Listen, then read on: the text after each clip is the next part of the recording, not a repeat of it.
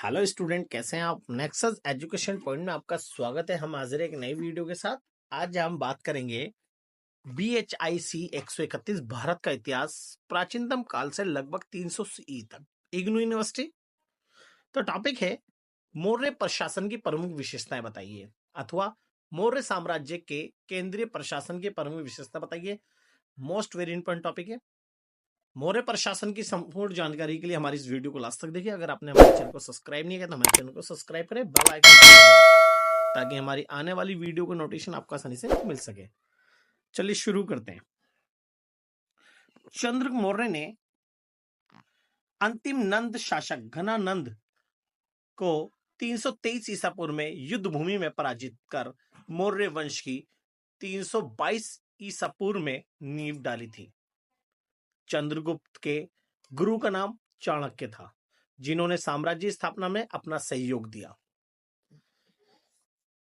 प्रभावशाली ब्राह्मण कौटिल्य की मदद से चंद्रगुप्त मौर्य ने नंदों को पराजित किया था, उनसे पाटलिपुत्र का सिंहासन छीन लिया। उन्होंने सिंधु गंगा के मैदानों तथा उत्तर पश्चिम क्षेत्रों पर अधिकार कर मौर्य साम्राज्य की नींव रखी। चंद्रगुप्त मौर्य के बाद बिंदुसार ने 321 से 273 ईसा पूर्व तक शासन किया।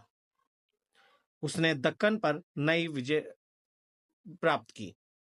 तो स्टूडेंट, इस तरह से चंद्रगुप्त मौर्य का जो साम्राज्य स्थापित करने में उसके गुरु चाणक्य ने सहायता की थी, और चंद्रगुप्त मौर्य ने नंद वंश के अंतिम शासक घनानंद को हराया। इस तरह से अपने साम्राज्य को स्थापित किया। चंद्रगुप्त मौर्य तेजी से पश्चिम की तरफ अपना साम्राज्य का विस्तार किया। उसने कई छोटे छोटे क्षेत्रीय राज्यों के आपसी मतभेद का फायदा उठाया, क्योंकि उस दौरान पूरा जो देश था 16 महाजनपदों में बटा हुआ था, और सभी में छोटे छोटे विवाद होते रहते थे, और जिसकी वजह से इसका फायदा चंद्रगुप्त ने उठाया, जो सिकंदर के आक्रमण के बाद पैदा हो गए थे। यानी जितने भी जो मतभेद थे छोटे छोटे क्षेत्रीय राज्यों में, वो सिकंदर के आक्रमण से पैदा हुए थे। 316 ईसा पूर्व तक मौर्य वंश ने संपूर्ण उत्तरी पश्चिमी भारत पर अधिकार कर लिया था। चंद्रगुप्त मौर्य ने क्षेत्रों पर अधिकार कर मौर्य साम्राज्य की भौगोलिक सीमाओं का विस्तार किया था। पुराणों के अनुसार मौर्य का शासनकाल 137 वर्ष तक रहा। भारतीय इतिहास में मौर्य युग 4वीं शताब्दी ईसा पूर्व के उत्तरार्ध में लेकर 2री शताब्दी ईसा पूर्व की प्रथम तिमाही तक रहा। इस अवधि ने भारतीय इतिहास पर एक अमिट छाप छोड़ी, जिससे मौर्य साम्राज्य ने भारत पर अपना एक मजबूत साम्राज्य स्थापित किया। चंद्रगुप्त ने ऐसी केंद्रीकृत और सुव्यवस्थित प्रशासनिक व्यवस्था की नींव रखी, जो संपूर्ण मौर्य काल तक अशोक के कुछ प्रशासनिक सुधारों को छोड़कर चलती रही। क्योंकि चंद्रगुप्त मौर्य ने जब अपने साम्राज्य को स्थापित करा, तो उसने पूरे 16 महाजनपदों को एक किया और पूरे एक केंद्रीकृत सत्ता बनाई, और उसे अपने 5 प्रांतों में विभाजित कर दिया, जो हम इस वीडियो में आगे पढ़ेंगे। इसकी जानकारी के मुख्य स्रोत मेगास्थनीज की इंडिका तथा कौटिल्य के चाणक्य की पुस्तक अर्थशास्त्र है। क्योंकि चंद्रगुप्त मौर्य के साम्राज्य के बारे में हमें कौटिल्य के अर्थशास्त्र और मेगास्थनीज की इंडिका पुस्तक के माध्यम से हमें जानकारी प्राप्त होती है, जिसके अनुसार प्रशासन, उदारता, न्याय तथा निरंकुशता समुचित समन्वय था। इस तरह से चंद्रगुप्त मौर्य ने भारत में अपना साम्राज्य स्थापित किया। अब आगे बात करते हैं मौर्य साम्राज्य की विशेषताओं के बारे में। तो स्टूडेंट, मौर्य साम्राज्य यानी मौर्य प्रशासन भारत में राजशाही की विजय के लिए जाना जाता है। कौटिल्य के अर्थशास्त्र में मौर्य प्रशासन का विस्तृत वर्णन है। अतः मौर्य प्रशासन की प्रमुख विशेषताएं निम्नलिखित है। पहला, मौर्य साम्राज्य ने अपने साम्राज्य को प्रांतीय प्रशासन के रूप में स्थापित किया, यानी पूरे 16 महाजनपदों को उसने एक किया और उनने 5 प्रांतों में विभाजित कर दिया। तो मौर्य प्रशासन में राजकीय प्रशासन को चलाने के लिए संपूर्ण राष्ट्र को अनेक प्रांतों में विभाजित किया था, जो निम्नलिखित है। पहला, मौर्य साम्राज्य ने अपना मध्य प्रांत, जो कि हम पाटलिपुत्र के नाम से जानते हैं, और चंद्र मौर्य ने पाटलिपुत्र को अपनी राजधानी के रूप में स्थापित किया। दूसरा प्रांत उत्तर पश्चिमी प्रांत, जो कि तक्षशिला के नाम से जाना जाता है। तीसरा दक्षिणी प्रांत, वो स्वर्णगिरी के नाम से, जबकि पूर्वी प्रांत तोषशाली के नाम से जाना जाता है। पश्चिमी प्रांत उज्जैन। इस तरह से चंद्र मौर्य ने 5 प्रांतों की स्थापना की। इस प्रकार ये प्रांत जो थे वो गवर्नरों के अधीन होते थे, और इन गवर्नरों की नियुक्ति सीधा चंद्र मौर्य के द्वारा की जाती थी। और ये जो गवर्नर होते थे ये राजवंशों से संबंधित रखते थे, और ये अपने अपने प्रांतों को बाखूबी देखते थे और उनके प्रशासन को चलाने में अपना योगदान देते थे। इस तरह से प्रांतीय प्रशासन था।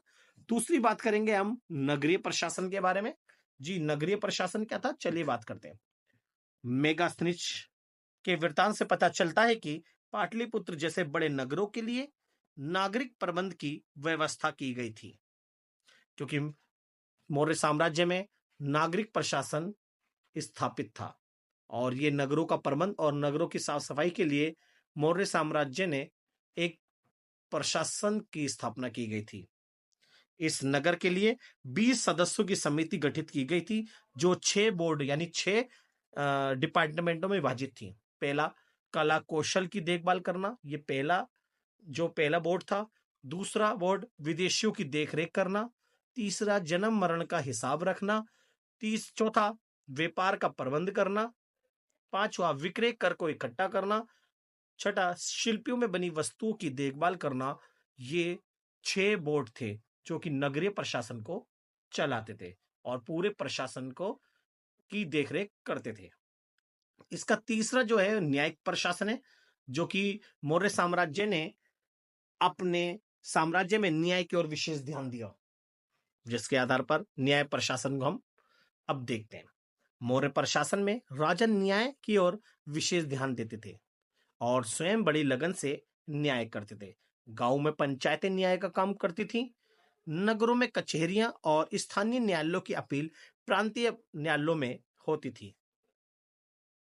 प्रांतीय न्यायालयों के ऊपर केंद्रीय न्यायालय होता था। इस तरह से मौर्य साम्राज्य ने अपने साम्राज्य में न्याय स्थापित करने के लिए गांव में पंचायतें स्थापित, और जबकि नगरों के अंदर कचहरियां और स्थानीय न्यायालय स्थापित होते थे, और इनके ऊपर प्रांतीय न्यायालय, और प्रांतीय न्यायालयों के ऊपर एक केंद्रीय न्यायालय होता था जो कि पाटलिपुत्र में स्थित था। राजा स्वयं केंद्रीय न्यायालय में एक न्यायाधीश के रूप में काम करता था। इस तरह से अगर स्थानीय न्यायालयों में अगर आपको कोई सजा दी गई है, अगर उसकी अपील करनी होती तो प्रांतीय न्यायालयों में, और प्रांतीय न्यायालयों में जो आपको फैसला सुनाया गया उसके विरुद्ध अगर कोई आपको बड़े न्यायालय में अगर अपील करनी है तो आप केंद्रीय न्यायालय में अपील कर सकते थे। जैसा कि आज वर्तमान समय में निचली अदालत से हम ऊपरी अदालत में जाकर पहली जो निचली अदालत है उसके खिलाफ हम याचिका या न्यायिक समीक्षा करवा सकते हैं। जी, प्रांतों की अपील राजा स्वयं सुनता था। दंड बड़े कठोर थे।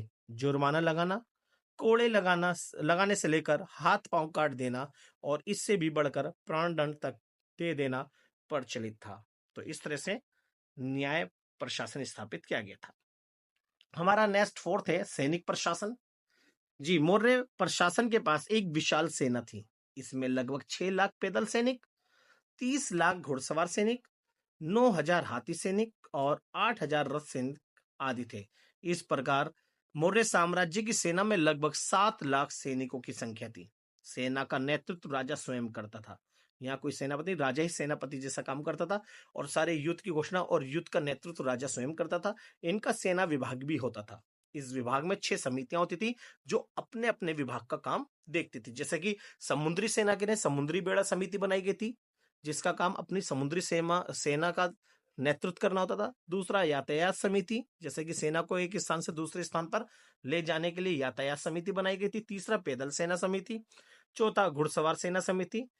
पांचवा, रथ सेना समिति, जबकि छठा, हाथी सेना समिति। ये 6 प्रकार की समितियां थी जो अपने अपने संबंधित सेना का नेतृत्व करते थे और उनकी देखभाल करती थी। इस तरह से सैन्य प्रशासन बहुत ही ज्यादा मौर्य साम्राज्य का मजबूत था। अब नेक्स्ट बात करते हैं हम आय और व्यय। जी, आय और व्यय, क्योंकि जाहिर सी बात है एक प्रशासन की जो रीढ़ की हड्डी थे वो आय और व्यय प्रशासन होता है।